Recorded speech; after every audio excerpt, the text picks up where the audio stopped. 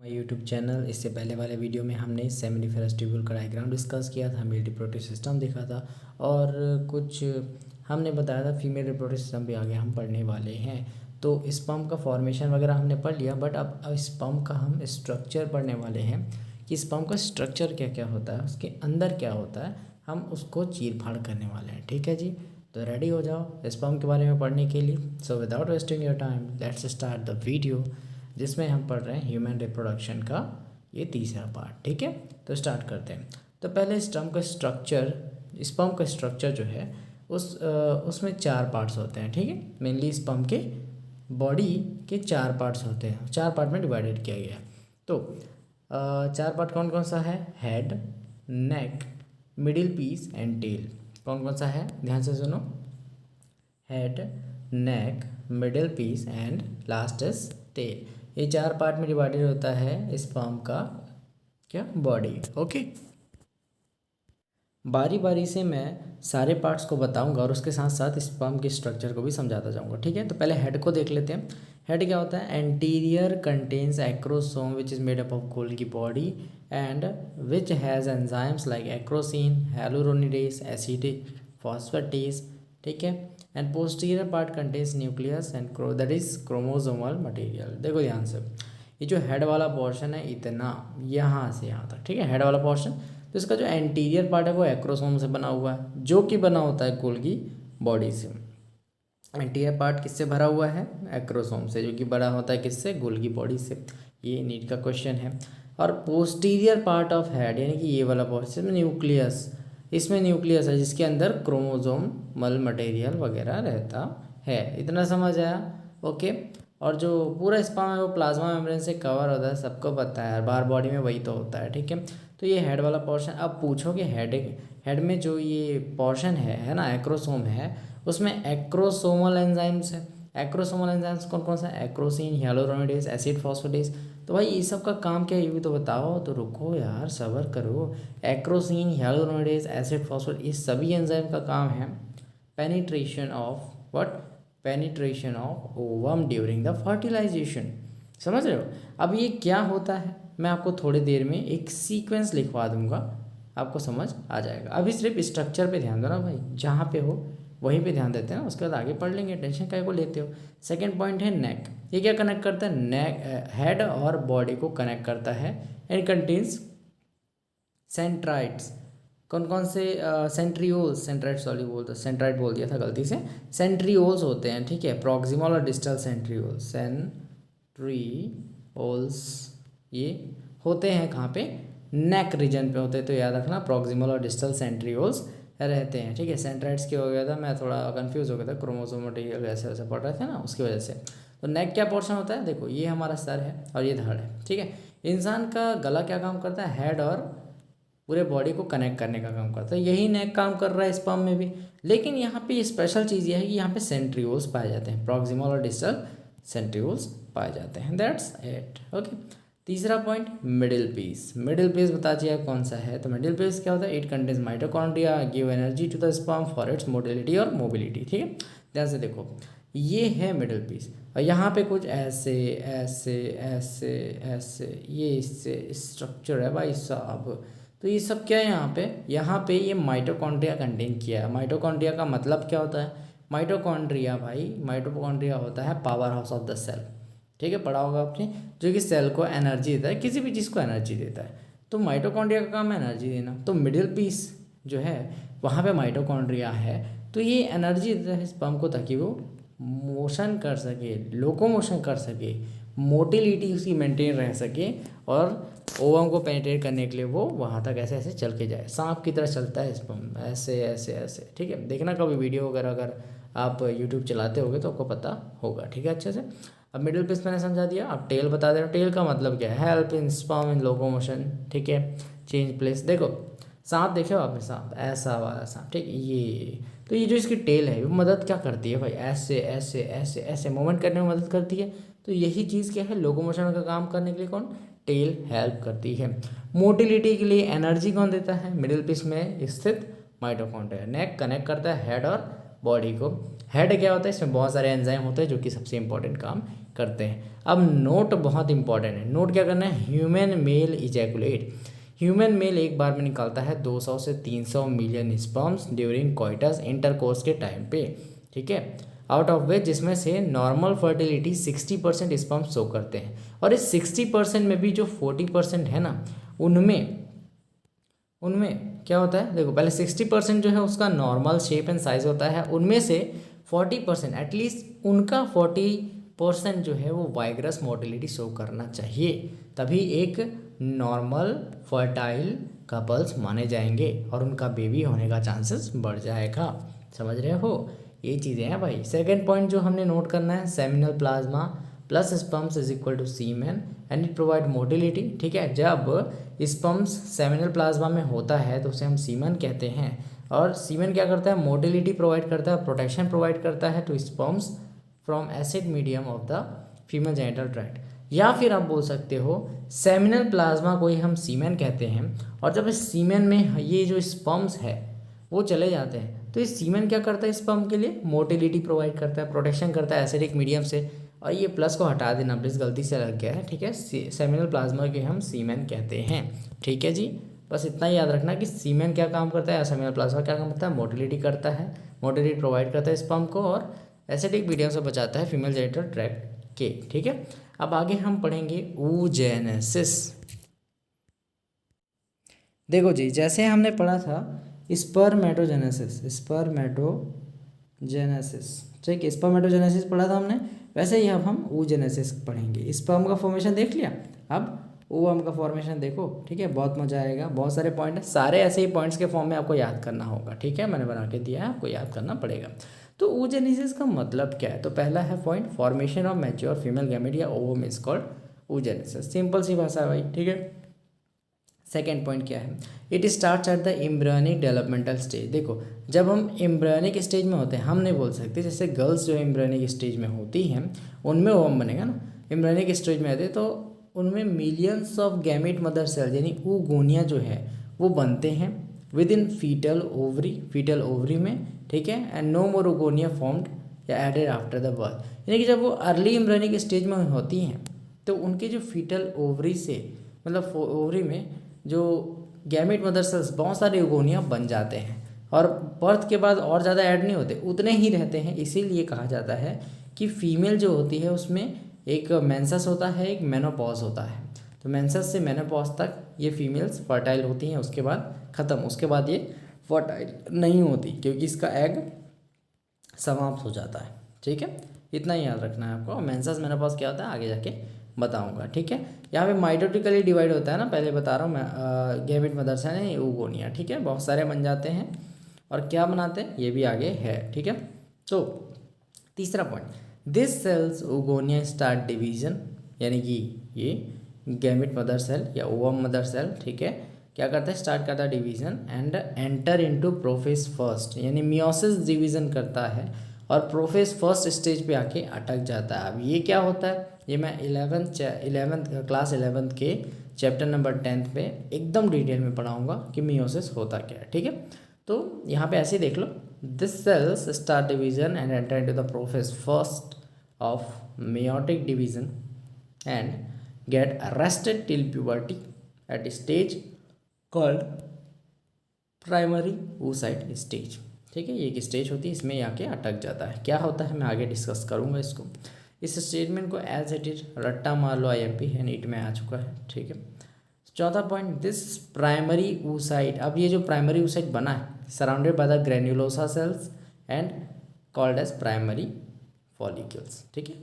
And many primary follicles get degenerated till puberty, ठीक है। Puberty आते तक ये बहुत सारे जो फॉलिकल्स हैं वो डिजेनरेट हो जाते हैं। एट प्यूबर्टी 60,000 से 80,000 फॉलिकल्स बचते हैं, प्राइमरी फॉलिकल्स बचते हैं ईच ओवरी में, ठीक है। अब थोड़ा प्रोसेस बता देता हूँ आपको कि कैसे फॉर्मेशन होगा। तो प्राइमरी फॉलिकल जो है वो सेकेंडरी फॉलिकल बनाएगा। अब कैसे बनाएगा देखो, primary follicle surrounding more granulosa cells and transforms primary to the secondary क्या फॉलिकल्स। देखो ये प्राइमरी फॉलिकल, यही जाके वो बनाएगा आगे ना। तो प्राइमरी फॉलिकल ग्रेन्युलोसा सेल से सराउंड हुआ और बना दिया सेकेंडरी फॉलिकल, फिर और क्या बोलते हैं फॉलिकल से सराउंड हुआ, ठीक है, या सेल से सराउंड हुआ, ग्रेनुलर सेल से, तो फिर बना दिया टर्शियरी फॉलिकल। अब इसमें कुछ अंदर भी चेंजेस होते रहते हैं। कैसे? प्राइमरी से सेकेंडरी बना by surrounding more granular cells that transforms primary to secondary follicles. अब टर्शियरी फॉलिकल फिर बना कंटेनिंग कैविटी एंट्रम। यहाँ पे प्राइमरी oocyte जो है complete it's first meiotic division. जो हमने देखा था इससे पहले कि जो प्राइमरी oocyte स्टेज पे आके अटक गया था, ये फिर से डिवीजन करेगा। ये जो डिवीजन हो रहा था ना, प्रोफेस फर्स्ट पे अटका हुआ था, वो अटका हुआ अब कंप्लीट होता है कहाँ पे? टर्शियरी फॉलिकल के अंदर। Primary oocyte completes it's first meiotic division inside the tertiary follicle, जिसके अंदर एंट्रम कैविटी भी पाई जाती है। एंट्रम कैविटी इसकी कैरेक्टरिस्टिक फीचर है। छठा point, tertiary follicle primary oocyte completes in tertiary follicle, primary oocyte completes its first meiotic division, है ना, and converted into the secondary oocyte। ठीक है, प्राइमरी oocyte था, फर्स्ट मेयोटिक डिवीजन कंप्लीट हुआ, secondary oocyte में बदल गया, और ये किसके अंदर है? अभी भी टर्शियरी फॉलिकल के अंदर है। ठीक है, पहले से स्टार्ट हो चुका है बट यहाँ कंप्लीट हुआ है। अब हम थोड़ा प्रोसेस को ध्यान से देखते हैं। देखो, उगोनिया क्या था? ओवम मदर सेल या फिर फीमेल क्या बोलते हैं इसको सिंपल भाषा में अपन बोल सकते हैं, यहाँ पे देखो मैंने लिख के रखा है गैमेट मदर सेल या फीमेल गैमेट मदर सेल या ओवम मदर सेल। ठीक है, तो उगोनिया सबसे पहले है, हमने क्या करवाया उसका, वो ऑटोमेटिक होता है माइटोटिक डिवीजन फॉर्म्स मोर उगोनिया, यानी कि अर्ली एम्ब्रियोनिक स्टेज पे, अर्ली एम्ब्रियोनिक स्टेज में बहुत सारे प्राइमरी oocyte बनते हैं जो डिप्लॉयड स्टेज पे आके प्राइमरी oocyte स्टेज पे आके अटक जाते हैं। ठीक है, और फर्स्ट मियोटिक डिवीजन, अब प्यूबर्टी आ गई, अब यहाँ पे मियोसिस चालू होगा, तो फर्स्ट मियोसिस डिवीजन चालू होता है complete in tertiary follicle. Tertiary follicle में ये कंप्लीट होता है फर्स्ट मियोटिक डिवीजन, और प्राइमरी oocyte जो है फर्स्ट मियोटिक डिवीजन कंप्लीट करके सेकेंडरी oocyte को बनाता है। बताया मैंने, चालू तो पहले ही हो गया था लेकिन कंप्लीट कहाँ हो रहा है? सेकेंडरी oocyte स्टेज पे फर्स्ट मियोटिक डिवीजन कंप्लीट हुआ, और यहाँ पे उसने क्या बनाया? ये प्राइमरी oocyte था जिसके पास 46 क्रोमोसोम्स थे, इसने अनइक्वल डिवीजन करके एक क्या बनाया? 23 वाला, ये ओवम नहीं बोल सकता मैं इसको, सेकेंडरी oocyte बोलूँगा, और एक पोलर बॉडी बोलेंगे, 23 क्रोमोसोम्स वाला पोलर बॉडी बनाया। ठीक है, पोलर बॉडी का फंक्शन कुछ ज़्यादा कुछ खास नहीं होता, बट आप उसको ध्यान मत दो। यहाँ पे एक सेकेंडरी oocyte को बनाया है, ठीक है, जो कि हैप्लॉइड है। अब ये सेकेंड मेयोटिक डिवीज़न करेगा। ठीक है, सेकेंड मेयोटिक डिवीज़न कौन करेगा? Secondary oocyte। अब सेकेंडरी oocyte जो सेकेंड मेयोटिक डिवीज़न करके फिर से अनइक्वल डिवीज़न करके एक 23 क्रोमोसोम वाला क्या बनाएगा? मैच्योर ओवम बनाएगा, और एक बनाएगा पोलर बॉडी। ठीक है, समझ आया जी?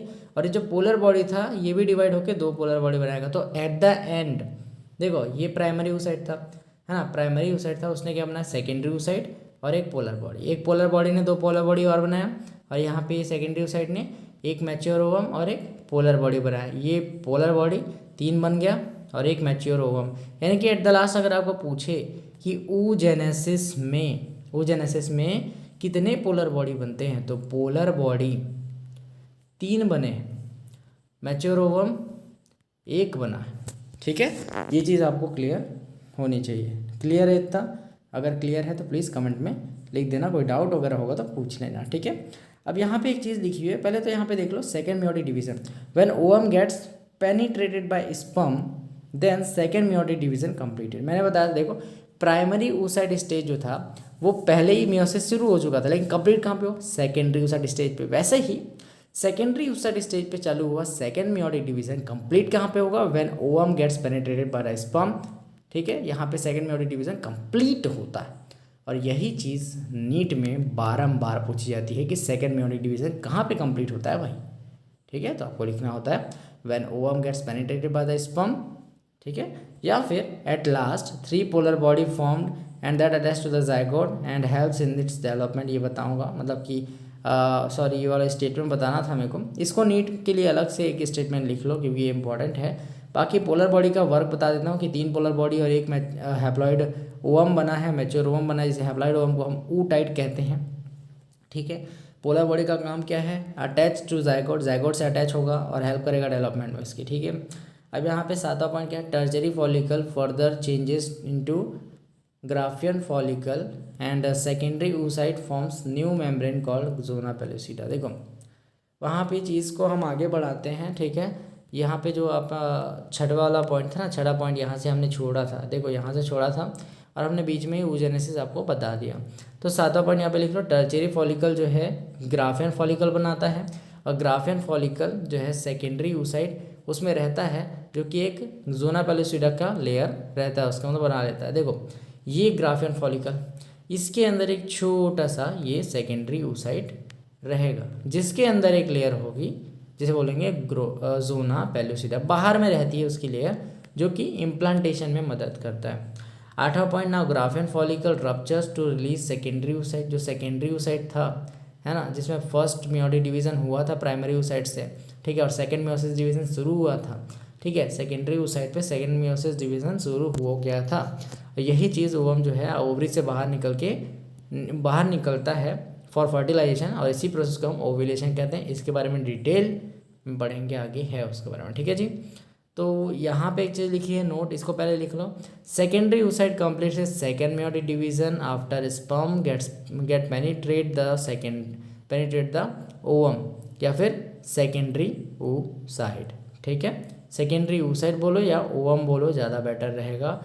ओवम को जब ये पेनिट्रेट करता है तो ये क्या होता है, सेकेंडरी oocyte कंप्लीट करता है अपना सेकेंड मेयोटिक डिवीजन। ये नीट में आया है 12 है। या फिर दूसरा स्टेटमेंट लिख सकते हो आप, when secondary oocyte unites with the sperm and mature ovum pronucleus and sperm pronucleus fuse to form the zygote, then the second meiotic division gets completed. इतना सिंपल है भाई, ठीक है, ऐसा है। और एक पॉइंट क्या है, second meiotic division also unequal division होता है, रिजल्ट इन फॉर्मेशन ऑफ क्या, second polar body and haploid ovum oocyte, यानी कि दो polar body, two polar bodies लिखना, सेकेंड नहीं बोलना, टू पोलर बॉडीज लिख लेना, एंड हैप्लॉइड ओवम जिसे हम oocyte कहते हैं, whose nucleus fix with the sperm nucleus to form the diploid zygote। यहाँ पे हैप्लॉइड ओवम बनता है, हैप्लॉइड ओवम को हम प्यार से oocyte कहते हैं, ठीक है जी। यहाँ पे आप एक छोटी सी चीज़ देख लेते हैं, ये डायग्राम जो है ओवम का है या ओवरी का है, जिसके अंदर सेकेंडरी oocyte यानी कि ओवम निकल रहा है, ठीक है जी। तो ये ओवरी जो है ना, आलमंड शेप का बताया था मैंने, फीमेल्स में अंदर ही रहता है, ठीक है। ये इन्फेंटिबुलम, ये फिम्ब्रिया ही है, ठीक है, जो कलेक्ट करता है ओवम को, और ये इन्फेंटिबुलम है, ठीक है। तो यहाँ पे ओवरी है, अटैच रहता है। तो ओवरी के बारे में कुछ देख लेते हैं। ये वेजल्स, ब्लड वेजल्स वगैरह आ रहे हैं, आपको दिख रहे हैं, ठीक है, ये जूम कर देता हूँ यार आपके लिए, ठीक है। तो डायग्राम देख लो, ये ब्लड वेजल्स दिख रहे होंगे आपके, है ना, लाल पीला कुछ नहीं, ऐसे ही बता देता हूँ, ठीक है।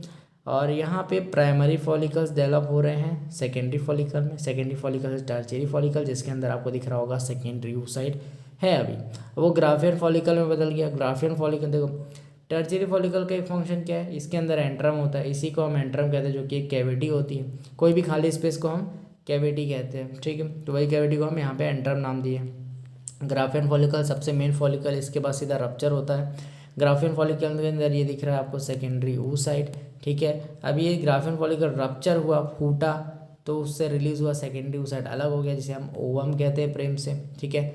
और यही ओवम जाके फेलोपियन ट्यूब में ऐसे, है ना, एम्पुला इस्थेमिक जंक्शन पे स्पर्म आएगा यहाँ पे, और ये ओवम आएगा, दोनों मीट करेंगे और फर्टिलाइजेशन होगा, और zygote भैया छोटे से प्यारे से चुन्नू मुन्नू बन जाएंगे। ओके, समझ आया, ये ओवम रिलीज हो गया। अब ओवम रिलीज होने के बाद ये जो बचा हुआ कचरा है वो कहाँ जाएगा, तो जो बचा हुआ कचरा है ग्राफियन फॉलिकल, वो बदल जाएगा कॉर्पस लूटियम में, ठीक है। रप्चर ग्राफियन फॉलिकल हुआ और ये बन जाएगा corpus luteum, secret progesterone hormone, और ये जो कॉर्पस लूटियम है ना, वो करेगा प्रोजेस्टेरोन हार्मोन का सिक्रेशन, ठीक है, जो कि एंडोमेट्रियम के थिकनिंग को रेगुलेट करता है, ठीक है, ताकि उसमें इम्प्लांटेशन हो सके। अगर इम्प्लांटेशन नहीं होता है, यानी कि अगर ओवियम जो है वो स्पर्म से पेनिट्रेट नहीं हुआ और फर्टिलाइज नहीं हुआ है, बेबी बोलता हूँ, zygote नहीं बना है, ठीक है, अगर zygote नहीं बना है, फर्टिलाइजेशन नहीं हुआ है, तो वो जो फूला हुआ एंडोमेट्रियम है ना, वो फिर से उसमें जो ब्लड था वो लॉस हो जाएगा मेंस्ट्रुअल फ्लो के थ्रू, है ना, और जो प्रोजेस्टेरोन है वो बनना फिर से कम हो जाएगा, ठीक है जी, ऐसा है। और कॉर्पस लूटियम अगर फर्टिलाइजेशन नहीं हुआ है तो किस में बदल जाएगा, कॉर्पस एल्बिकम्स में, और हम कॉर्पस एल्बिकम्स को क्या बोलते हैं, रेमिनेंट ऑफ ओव्यूलेशन। ओव्यूलेशन से जो भी बचा हुआ कचरा होता है उसे हम कॉर्पस एल्बिकन्स कहते हैं। तो अगर क्वेश्चन पूछा जाए कि ग्राफियन फॉलिकल क्या में बदलता है, तो कॉर्पस लूटियम में। कॉर्पस लूटियम क्या सीक्रेट करता है, तो प्रोजेस्टेरोन हार्मोन। और प्रोजेस्टेरोन हार्मोन का क्या कर रेगुलेशन करता है, इम्प्लांटेशन कराने के लिए एंडोमेट्रियम की थिकनिंग को रेगुलेट करता है। और ओव्यूलेशन का बचा हुआ कचरा यानी कॉर्पस लूटियम क्या बन जाता है, कॉर्पस एल्बिकन्स में बदल जाता है। तो ये था प्यारा सा ओवरी जिसके बारे में आपको पढ़ना था। ठीक है जी, टेस्टिस के बारे में पहले ही पढ़ा चुका हूँ, नहीं देखा तो प्लीज़ उस वीडियो को जाके देख लीजिए। ठीक है, ये फिगर ओवरी लिखा हुआ डायग्राम बहुत ज़्यादा इंपॉर्टेंट होता है। अब हम सीधा पढ़ते हैं मेंस्ट्रुअल साइकिल के बारे में, क्योंकि हमने ओव्यूलेशन तो बता दिया, मेंसेस और मेनोपॉज टर्म तो दे दिया, लेकिन ये होता क्या है ये तो नहीं बताया ना। तो ये अब आगे हम पढ़ने वाले हैं। ठीक है, वीडियो ऑलरेडी 20 मिनट की हो चुकी है, तो इसको नेक्स्ट वीडियो में करें। ओके, कोई डाउट हो तो कमेंट में कर देना, है ना। और तब तक के लिए मिलते हैं नेक्स्ट वीडियो, तब तक के लिए जय हिंद जय भारत।